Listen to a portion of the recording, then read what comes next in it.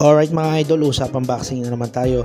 Pag-usapan nga lang natin itong naging pahayag ni Bob Arum patungkol nga sa ating pambansang kamao Manny Pacquiao. Ngunit bago yan, subscribe na sa Boxing Club PH. So yun nga mga idol, mula noon hanggang ngayon, madalas talagang naikukumpara ang mga achievements na nagawa ng ating pambansang kamao sa ibabaw ng lona. Madalas nga natin naririnig mga idol kung meron pa barang makakabreak sa nagawa ni Manny Pacquiao na maging 8 Division World Champion. At meron pa nga comparison kung ano ba ang pinakamahirap na gawin, ang 50-0 ba ni Floyd Mayweather Jr. o ang 8 Division World Champion ni Manny Pacquiao. At madalas nga pagtalunan kung sino ba talaga ang GOAT ng boxing o greatest of all time. At nito lamang nagdaang araw nagkaroon nga ng interview ang Little Giant Boxing dito kay 91 years old top rank CEO na si Bob Arum. At dito nagkaroon na naman ng comparison dito sa pagitan ni Manny Pacquiao at sa kanyang alaga na si Naoya the Monster Inoue. So ayon niya rito kay Bob Arum talagang kakaiba ang tinatak na pangalan ni Manny Pacquiao sa ibabaw ng lona mula noon hanggang ngayon.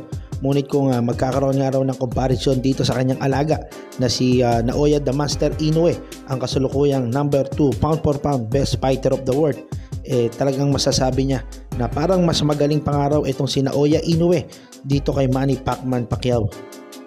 At nang matanong nga ito kung anong masasabi niya sa kagustuhan ni Manny Pacquiao na turuan ng iba pang technique sa boxing itong si Naoya Inoue, ayon nga rito kay Bob Arum, ano pa ba raw ang maitutulong nitong si Manny Pacquiao at ano pa ba raw ang kulang dito kay Naoya Inoue na posibleng maiambag niya o maitulong niya dito sa halimaw ng Japan.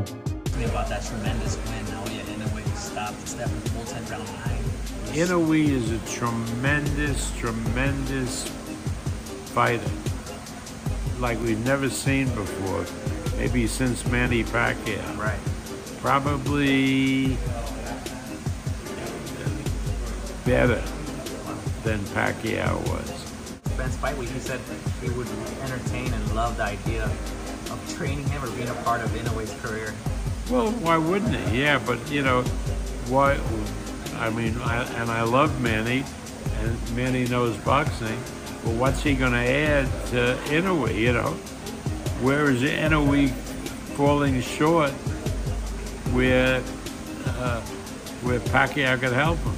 That's true. I think it just speaks volumes of what you and Pacquiao see in Inoue that is something special. Oh yeah, there's no question about it. He's such a nice boy.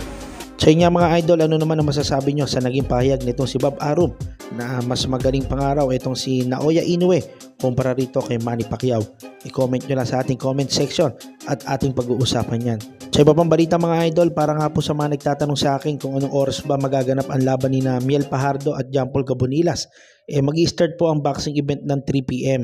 So possible po yan, mga gabi na po mag-start ang main event sa pagitan niya nito ni na Fajardo at ni Gabonilas. So pwede po kayong maki-update dito sa Facebook page ng ARQ Boxing Promotion para po malaman nyo kung mag-i-start na ba ang laban nila. So hanggang dito na lamang muna mga idol. Maraming salamat sa mga tumutok. Huwag niyo pong kalimutan suportahan itong ating mga videos. Please like, share, and subscribe. And please support boxing. Thank you. Subscribe na sa Boxing Club PH.